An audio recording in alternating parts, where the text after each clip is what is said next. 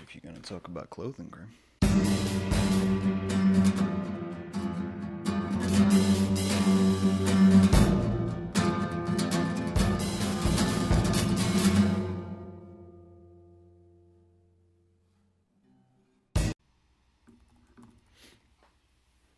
So kids, how are you doing today? I had a thought the other day that it's incredibly easy to forget that you're wearing clothes.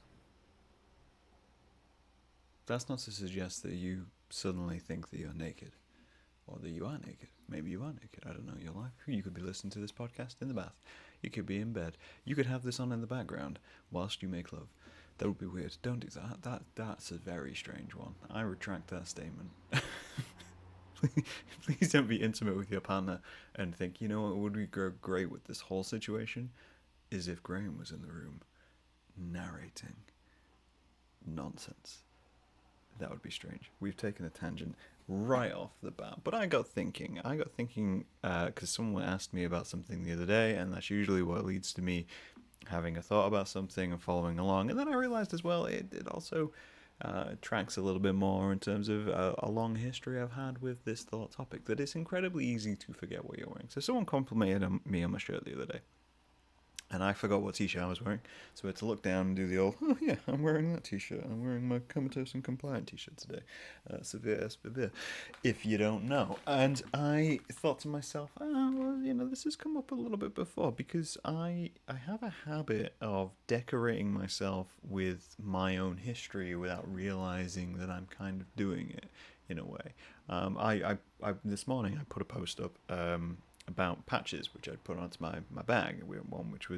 One is it's basically an emergency broadcast system / color test sample patch, which I got because I studied film and I really liked that, but also wanted a quick reference to early emergency broadcast system TV, and I loved that idea. And I put next to it a patch which was recently gifted to me by a very close friend, which is a hammer walking, and it's to do with the Brick in the Wall song, which some of you may know, and I can't sing because YouTube will copyright strike me. So go look up Brick in the Wall, and you will find it. Look up the music video. The music video kicks ass for that. But I was doing that, and I also put next to that a little pin, which had a cat in a coffee cup called a cat puccino. And there's a story to even that. The story to that is that whilst I was on the train, I was on the bus during the rail strikes, I lost 2 pins off my backpack, which is kind of annoying because I really liked those pins. But I lost 2 pins off my backpack, and then when I was sorting out my bag after I'd got off the bus, after a very long journey down to London, I was sitting there sorting that out, and I realised someone had dropped a pin on the floor, and it was damaged, and it was a cappuccino. So I picked that up, I took that with me, and now it's on my bag, and it's just riding along with me. Everything has a story, is what I'm saying. I mean, I know I wax lyrical on this concept chases me topic, but I emblazoned myself with concepts. So a while back, and I do mean a long while back, maybe I was still in school at the time, maybe. No, I was maybe in uni. I don't know.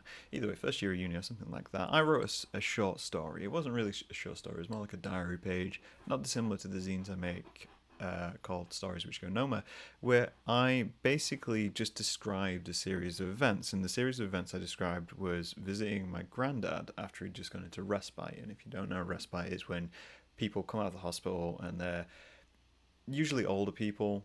They're not quite ready to go back to their home and be independent, and it's kind of like an in-between ground. They can't stay at the hospital because they've been dealt with. They've been, saved from whatever situation they had, and then they need to go in somewhere else, but where they can get care 100% of the time. And we went to a care home in Scunthorpe, and we went to visit him, and it was a very sad day. All right, I'm not gonna sugarcoat it. It was a very, very sad day, and I wrote this short diatribe about it because what resonated me with visiting him was that at the time, I mean, I still dress fairly gothic now and fairly alternative, but it made me think more about what I was wearing that day. I dress all in black, and I was wearing a crucifix at the time, and I had a t-shirt with images of death on it, and I couldn't help thinking, I'm dressing like I'm going to a funeral and I'm going to see my sick granddad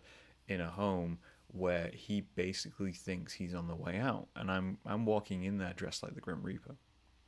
And it made me consider that, and it made me think around how we put these images out into the world and the symbolism we accidentally project onto other people. And then obviously that leads on to my other side of things of nowadays, when people ask me about things and I forget that I'm wearing these icons in these images. Even now, when I think of, so I have a denim jacket, I have a couple of denim jackets because, you know, I'm kind of hipstery, whether you noticed or not. And on those jackets, I put patches and I put badges, and I forget that they're on there. I have many things on there which have just kind of come and gone, and I do consider that. I consider a lot of the conceptual value of what I'm putting out there and what I'm putting out into the world. Since I moved, there's been more than one incident where someone's asked me about something and I've had to stop and think like, oh crap, I didn't realize I'd have to talk about this. I didn't realize someone would ever ask me about something I'm wearing, even though I wore it. I put it on something. I said to myself, this is the image I'm putting out into the world. This is something I want to project, a message I want to give. And then, you know, just assumed that nobody would be interested. I went to a gig fairly recently and see Screaming Females with someone I work with. And the bartender asked me about a patch on my arm, which has the word union in it. And he asked me what union it was.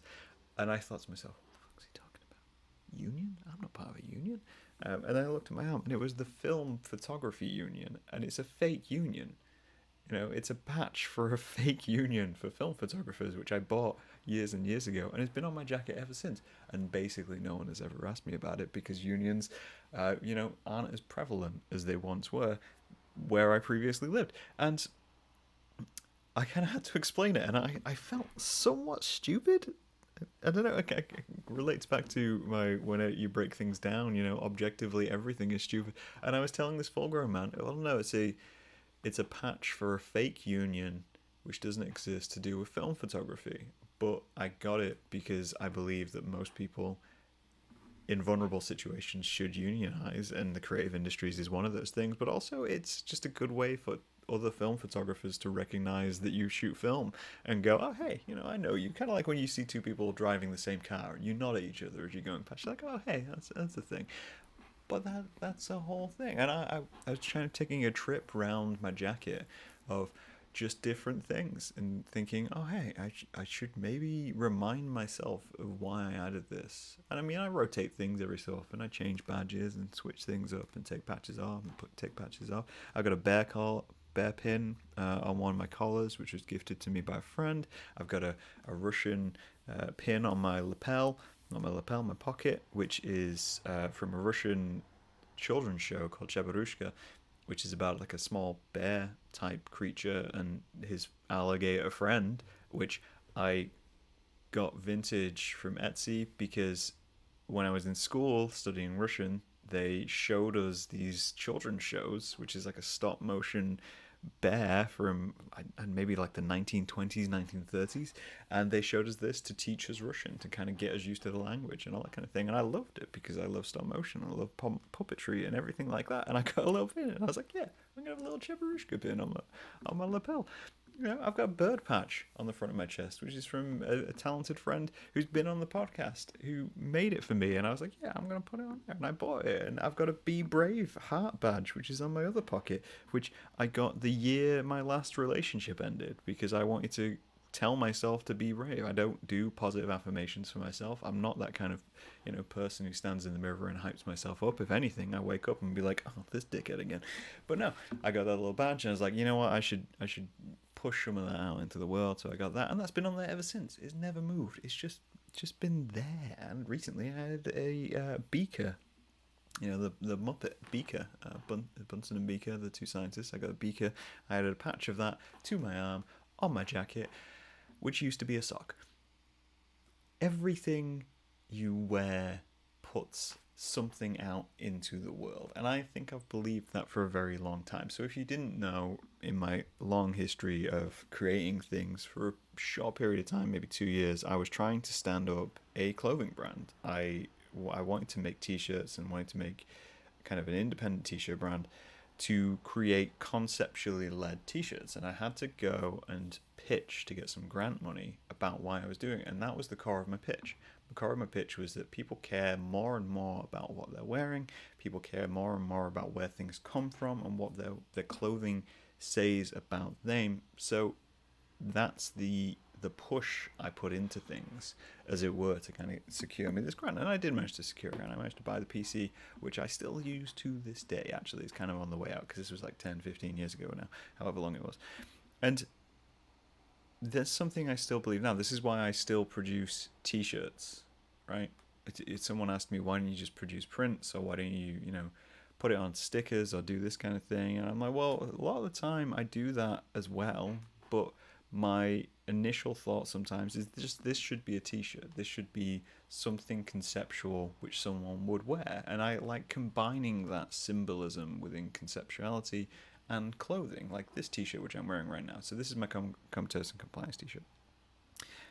I made it as a imitation parody brand of high-end fashion brands, and I wanted to take shots at that, but I also wanted to produce something kind of fun and stylish, which could be worn as an art piece on a person. And I do that with any design I put on a t-shirt. Some designs I won't put on clothing. Some designs I make specifically for clothing. And I think that should come into consideration when people put clothes on. I think that it falls into the fast fashion conversation. Fast fashion is a major problem within the world, and you see a lot of people just buying things to buy things. Someone will buy a shirt, someone will buy a coat, a dress, whatever they buy, and just buy it because it's on sale. Buy it because it's on the trend right now. Buy it because, like I mentioned at the very beginning, because it's got drip value, because someone has seen wearing it and they want to tie into that and they want to be associated with that. And I find that kind of fascinating, especially like meeting new people and seeing people, especially on the subway. You kind of recognize people and you think, oh, what do you think you're suggesting is the other side of things, right? I think there's a good conversation to be had about what people wear, not like why they're wearing it. You have no say in what any one person wears. That's not your value to say that, and it's not your responsibility to inject yourself into that conversation, by the way. Just as a nice little sideline there, do not comment on other people unless they invite comment, right? But I think people misunderstand the projection that they put out. I think I discussed this a while back, maybe in the I'll Never Be Royal podcast, where someone wears a really expensive watch or really expensive jewelry, and they think that they're projecting out this image of abundance and wealth and power and security in themselves, and they love these things and these objects, and they really want to suggest that. Whereas to me, as someone who reads the world as I do, I look at it and I think that suggests an incredible amount of insecurity, and I'm kind of sad for them when I see it, because I'm like, well, you had all this wealth and you had all this money, and you decide to drop it on an object, like on a watch, on a functional object, which will get damaged, will get dirty, will get used day to day. And you only did it because you want that reputation which comes with wealth. And I think you can interpret things in many different ways, kind of thinking around that. Just off the topic, like as we roll into that, I think, oh, I've got a message. I think sometimes, obviously this goes the other way. People judge people by the clothing that they wear in negative ways as well. And, as I say, I feel bad for these people, but those people might be happy, healthy within their lives. I look at a lot of people on the bus and the train, and I think, I wonder what they think of me, I wonder what they see when they look at me. I look at most people with a pretty blank value, and I try to look at people with a blank value, because people are people. But they're going to look at me in whatever way they want to look at me, and I kind of hope I make their day better if they think, whatever I'm wearing is maybe silly or ridiculous, or it maybe improve their day in some way. I don't want to ruin it at the same time. I also don't want to make anyone afraid with anything I'm wearing. I don't want to, intimidate anyone or upset anyone with what I'm wearing. But at the same time, sometimes the things which you wear and you put on have to be intentionally upsetting. I mean, the back of this t-shirt has a pit bull who's comatose and on a drip feed. that could upset someone. There's t-shirts. I own a t-shirt. I made a t-shirt which I can't wear in some places. You know, I won't wear to a restaurant, and I won't wear it to places where there's going to be a lot of children. And I think it's just this whole interesting conversation of how we took clothing, and we we created clothing as a thing, right? Back in history, and clothing used to be such a symbol of everything, right? For the royalty and the rich and the kings and the queens, there was so much symbolism thrown into garb, as it were. And I realize I'm exploring this very much as a conceptual English person, but they threw so much into it. You know, you'd have eyes sewn into the patterns of things, and different animals represented different things. And I discussed it before with tattoos and people representing themselves as animals, and it was such an important, message, image, and people were so good at reading those images. They were so good at looking at everything and saying, oh, hey, this is this king, and this is why he's wearing this, and this is why this is on his crown, and this is what this symbol represents, and this symbol represents. And then when you looked at the commoners, and you saw the clothes they were wearing, and all the clothes they were wearing were representations of their roles. This person wears this type of material because they work in this kind of industry, and this is this hat because this hat's much more common with these kinds of workers. And as fashion and style and everything around us evolved and increased, and the speed of everything increased, we were inundated with content and material and symbolism to such an extent that everything kind of flatlined. Everything kind of came to a point where it didn't really matter what you were, because you can dress for an industry you don't work in. They say dress for the job you want, not the job you have. But I could dress like someone who's just, rolled out of a factory, and I could make that work. I could dress like someone who owns a Fortune 500 company, and I could make that work. It's the clothing you were wearing is now just costuming, right? It's just costuming. So when I see people who will look at a store and they will look at, anything which is being put out, and they're only interested in it is because, it's what's in fashion, it's what's popular right now, it's what's being sold to me. And their instant reaction to it is, oh yeah, that's for me. That's what I want. That's everything I've been looking for.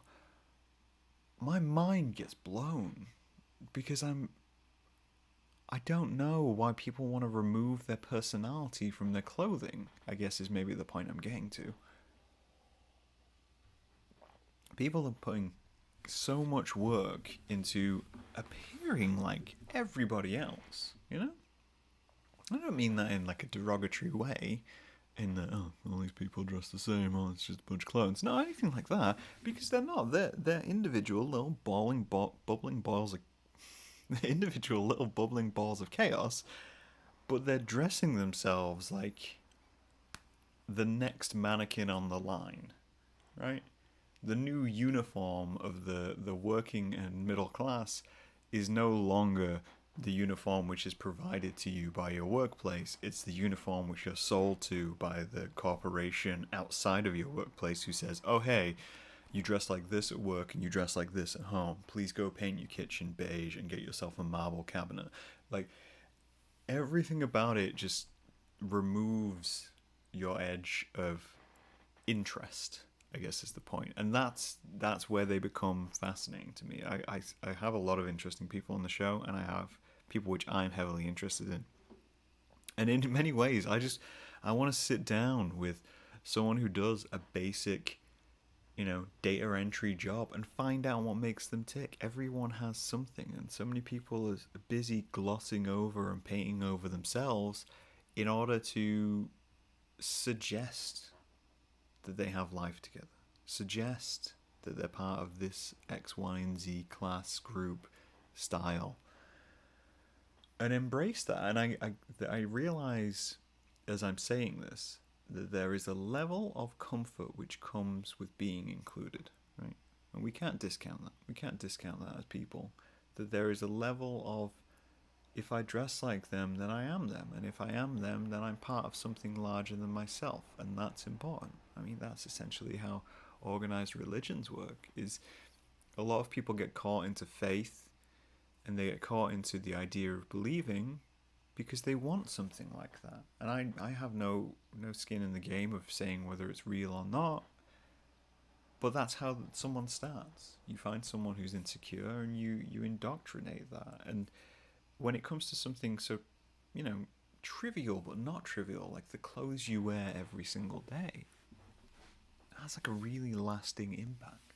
And a really lasting impact of how that person will grow up and how they will see themselves and how, maybe in many ways, how they'll behave when they get out into the world. All I'm saying, to bring this to a point, is you should consider what you're wearing. Not just from the point of view of what you put out into the world, but what the world gets back from you. And consider that wider view. And if, like me, you have built-in prejudices against various types of clothing, such as loafers or boots, Ralph Lauren, consider what's behind it. Sit and catch yourself. Catch yourself in that little brain stem jump where you're like, look at that prick. And just consider to yourself what they're hiding, what they're shadowing, what's going on in their world. Because you don't know their day. I don't know their day. I want to help those guys. I don't quite know yet. Maybe I'll do a little zine. Maybe I'll do a little choice essay, a little illustration. I don't know. But that's why I make concept clothing. That's why I make concept designs and put it on t-shirts. And that's why I consider what I wear from that aspect. I don't consider it from a style aspect. Most of the clothing I wear is the same colour. I consider it from a point of view of, this is what I'm saying to the world, and this is what I will answer for should someone question me about what's on my clothing. But it's been interesting. A little exploration of self. And nice to be reminded of that essay. The essay had a happier ending, for anyone wondering. My granddad got out of respite. The respite place was not particularly nice. But he got out of respite. He went to a much nicer home. He did sadly eventually pass on. But for a man who, from what I know, of little I know of his life, who didn't necessarily deal with the concept on a day-to-day, he still managed to teach me a lot from living the life that he did. By just being there with the things that he put out there. On that somber note, stay safe out there, guys. And I'll talk to you guys later. Bye.